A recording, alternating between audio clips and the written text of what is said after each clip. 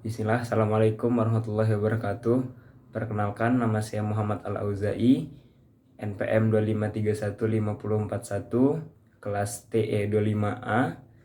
Pada kesempatan kali ini saya akan mempresentasikan daripada PPT yang saya buat tentang makna hadis. Sebaik-baik kalian adalah orang yang mempelajari Al-Quran dan mengajarkannya. Dari sebuah hadis terkenal yang diriwayatkan oleh sahabat Utsman bin Affan radhiyallahu an, ini merupakan salah satu hadis yang paling sering dikutip ketika berbicara tentang keutamaan Al-Quran. Nabi Muhammad SAW bersabda, "Sebaik-baik kalian adalah orang yang belajar Al-Quran dan mengajarkannya." Hadis riwayat Bukhari.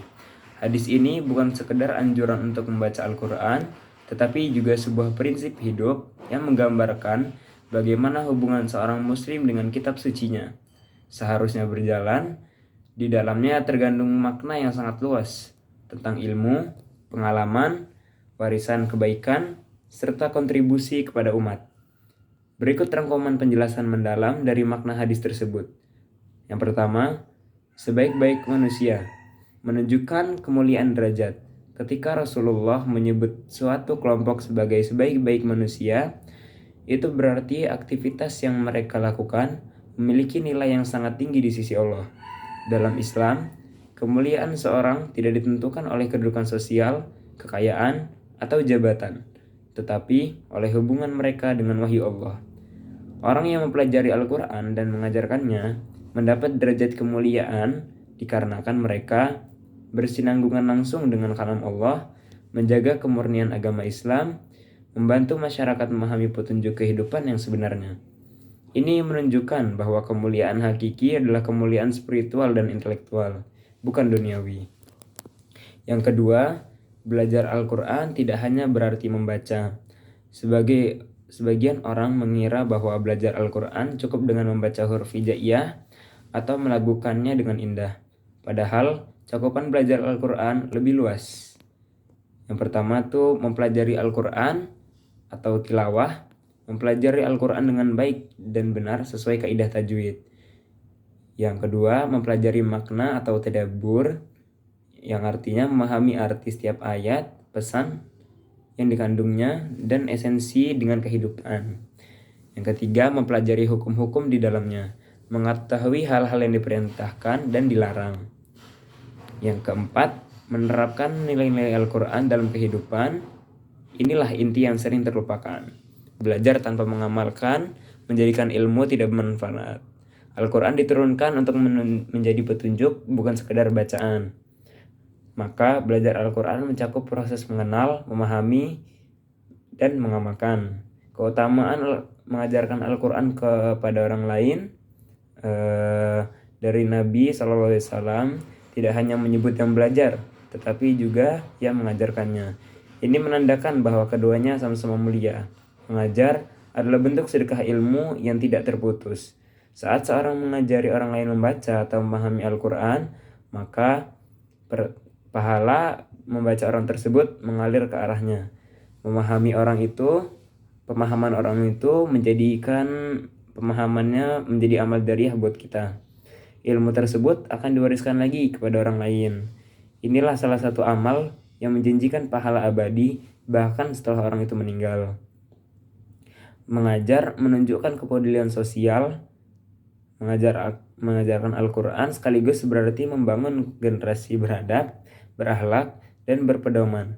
Ini adalah kontribusi yang sangat besar bagi kemaslahatan umat. 4. Mengamalkan Al-Quran adalah bukti keimanan.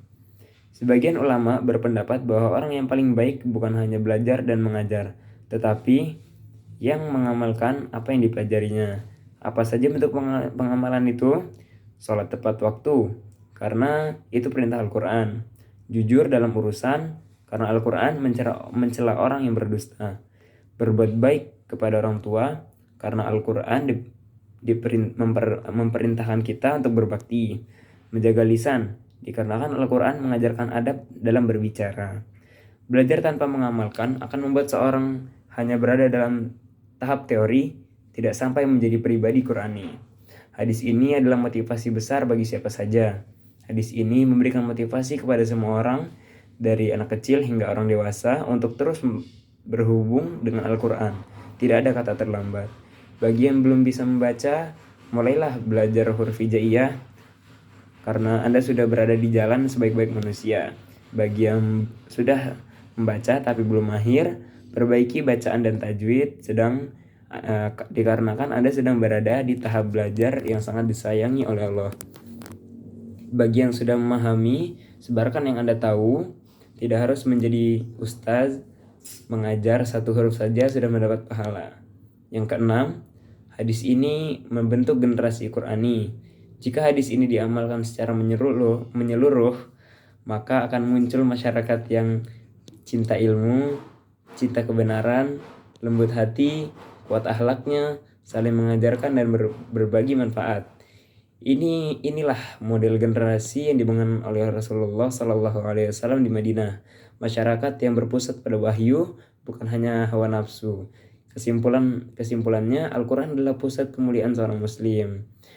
Hadis sebaik-baik kalian adalah orang yang belajar Al-Quran dan mengajarkan bahwa kemuliaan sejati itu adalah ketika kita belajar Al-Quran secara menyeluruh, mulai dari bacaan, makna, dan hukum-hukumnya. Mengamalkan isinya dalam kehidupan sehari-hari, mengajarkan kepada orang lain, sehingga manfaatnya meluas. Dengan demikian, seorang muslim yang dekat hidupnya dengan Al-Quran akan menjadi sumber cahaya bagi dirinya dan masyarakat sekitarnya. Semoga kita semua termasuk dalam golongan sebaik-baik manusia yang disebutkan oleh Rasulullah SAW. Amin. Cukup sekian yang bisa saya sampaikan. Kurang lebihnya mohon maaf. Wabillahi taufiq wal hidayah. Wassalamualaikum warahmatullahi wabarakatuh.